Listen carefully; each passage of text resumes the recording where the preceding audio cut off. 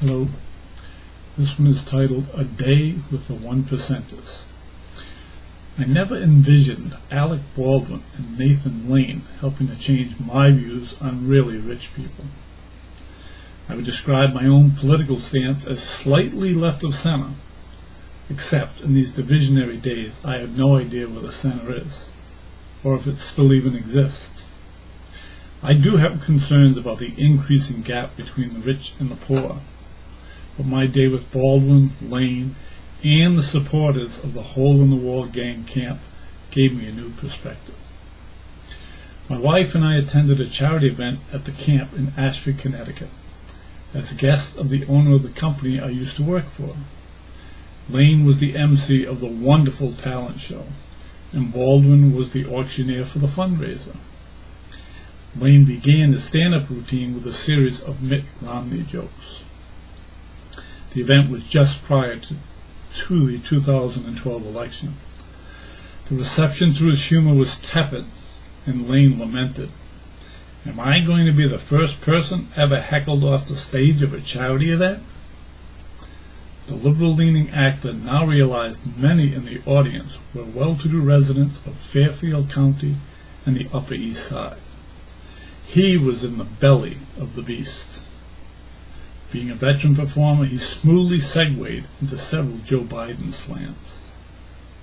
Following Lane, we were thrilled by a short violin concert by Ishtak Perlman and captivated by several songs from young camp attendees, all of whom are dealing with serious health issues. Anyone who had a dry eye after watching them perform should get their tear ducts examined. After leaving the theater, all the attendees headed to the hall for dinner and the auction. There was an array of interesting silent auction items and fine food to keep one busy until Baldwin took the stage to conduct the live auction. He did a remarkable job, using humor to prod, tease, and cajole the bidders into making serious money bids for the various items. These folks, truly part of the 1% group, were digging deep to help the camp reach their goals. One of the most hotly contested items was lunch for two in New York with Bradley Cooper, the currently red-hot actor. A middle-aged gentleman bidder, prodded by his teenage daughter sitting next to him, raised the bid to an astronomical $95,000. The much-maligned and mocked Baldwin responded, "If you make it an even $100,000, I'll match your bid." Apparently, Baldwin has set up a trust wherein all the money he makes from the Capital One commercials is distributed to various charities. I know cynics are going to say it is all about tax write-offs. However, I know some of the tax implications. It is not quid pro quo. You certainly do not get a $100,000 tax break for donating $100,000. And the well-heeled people at this event gave in remarkable numbers. A prime example happened after all the auction items were completed and the camp director took over and reminded everyone that it cost $2,500 for each youngster to attend for 1 week. No families have to pay for their children. It all comes from donations.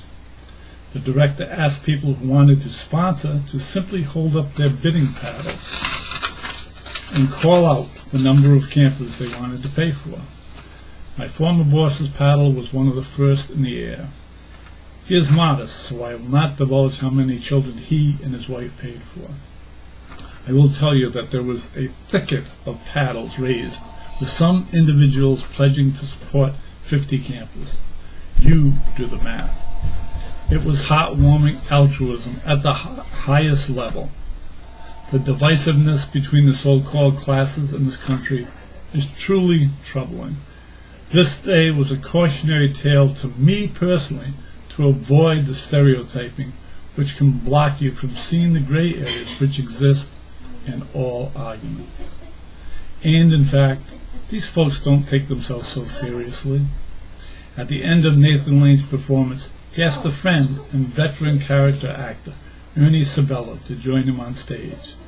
Lane and Sabella are the two voices who sang Hakuna Matata in the Lion King movie. Just before starting the song, Lane turned to Sabella and said, in a just loud enough stage whisper, "Sing slowly, Ernie, they're Republicans." The house came down. Thank you.